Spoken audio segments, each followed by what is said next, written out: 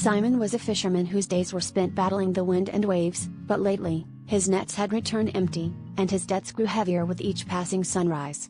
He feared he would soon lose his boat, the only way he could provide for his family. One morning, sitting beside his weathered nets and worrying over his burdens, he saw a crowd gathering on the shore. At the center stood Jesus, speaking words of hope. Jesus approached Simon and gently asked to use his boat so he could teach the people from the water. Simon agreed, pushing off from shore and listening closely as Jesus spoke of God's love for the weary and the poor. When Jesus finished, he turned to Simon and said, "Put out into deep water, and let down your nets for a catch."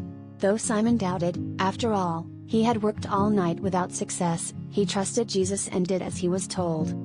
To Simon's astonishment, as soon as the nets touched the water, they began to bulge with fish. He struggled to pull them in, calling for help from his partners, for the nets threatened to break under the weight of the miraculous catch. The boats overflowed with fish, more than Simon had ever seen in his life, enough to pay off his debts and feed his family many times over.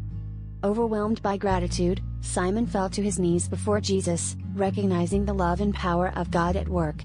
Jesus smiled and lifted him up, saying, "Do not be afraid, from now on you will catch men."